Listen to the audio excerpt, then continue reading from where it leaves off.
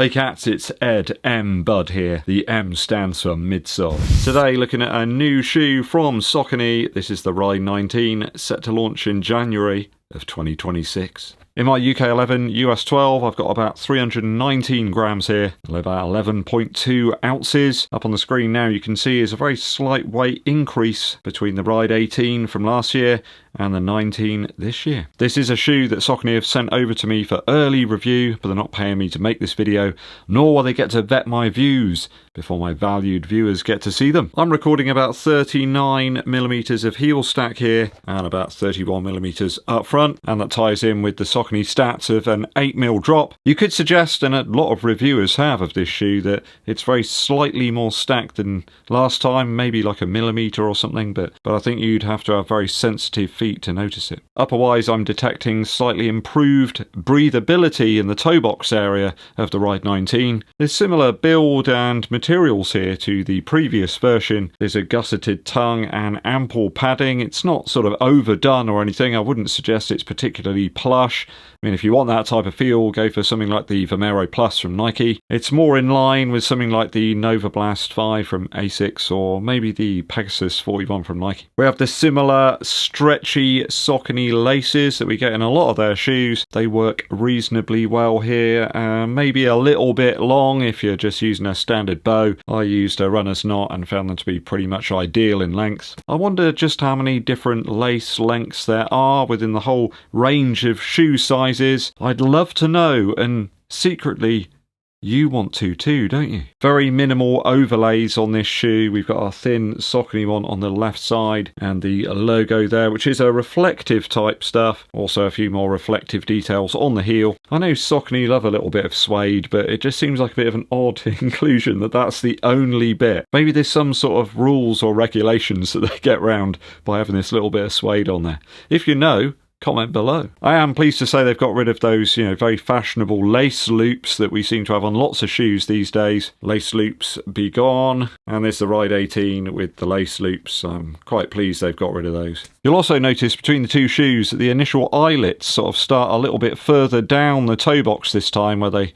started further up here, and I kind of like this lockdown feel better. I can get a better sort of fit around the front part of my foot. I think if you like your daily trainer to be a little bit more traditional, I suppose, in terms of the upper, then the Ride 19 will fit the bill. Found it comfortable, easy to get a good lockdown. It's not overly padded. I do like the nice low profile ankle collar here. It kind of reminds me of shoes like maybe the old Reebok Float Ride Energy series or the Pegasus 35 or 36 that were quite sort of low cut here. I really like that. Nice bit of freedom of movement, good range of motion there to the foot. I'll give it a 2.7 out of 3 for the upper. A slight improvement, I think, over the last version. Midsole, midsole, midsole now. Biggest change here in the Ride 19 is that increase in the heel width here. It is quite considerable. Up on the screen right now you can see they've put a ½ centimetre in there. It does make quite a difference back in the heel, perhaps if the previous version was a bit narrow for you. I think that's where the extra weight might be coming from here in the Ride 19. Very similar surface area up front as per the Ride 18. Despite the slightly lower stack here in the Ride series, I mean 36mm isn't particularly low for the sample size. There's lots of cushion here. It's a very reliable and consistent sort of compression from the Power Run Plus material. It's by no means a wildly soft shoe, don't get me wrong. When I tested out the midsole material here, I was getting a Sure A score of about 28, which is just a little bit above average. That's exactly what I had in the last version of the shoe. So if that worked for you, then this probably will too. For daily use, this is spot on for most folks, I think. I don't think anybody needs anything past 28 for easier paced miles. And that's very much the intention of the Ride series from my initial testing. Power Run Plus might not be the most innovative of midsole materials. That pellet-based construction, though, is very durable. It keeps on giving and delivering year after year. Not everyone wants a super squash, unstable midsole.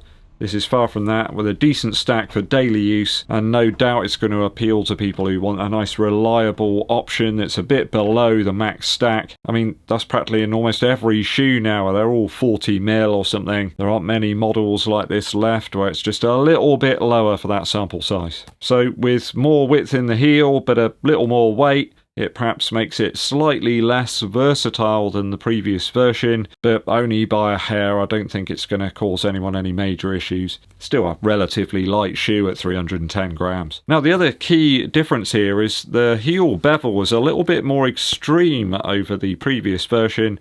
I think if you're a heel striker, then that's going to be music to your ears. It's just a little bit softer and smoother than it was before. Perhaps a little bit more accommodating for heel or midfoot landers. After my initial testing, I'm going to give it a similar score to the previous iteration, in fact, a 2.6 out of 3 for the midsole so far. Outsole wise, I do prefer the decoupled rubber that we've got here. It's a bit more aggressive actually in terms of the lugs, their position, and their quite coarse nature. Saucony have improved all of the outsoles of recent time in pretty much every model, and this is no exception. This one just feels a little bit more up for it. The rubber's only where it needs to be, and it's very aggressive. It's a little bit too flush here on the 18. Lots of exposed midsole on that, started to get a bit gnarled up. Rubber's coming in at round about Shore A70, so it is on the slightly more robust side of things. That's okay for a daily shoe, that's what we would come to expect. Across a range of different surfaces, these performed very well in terms of traction. I do like the fact that in the medial arch area now there's more rubber, where it was simply exposed foam in the last version of the shoe. In wet conditions, the grip's decent,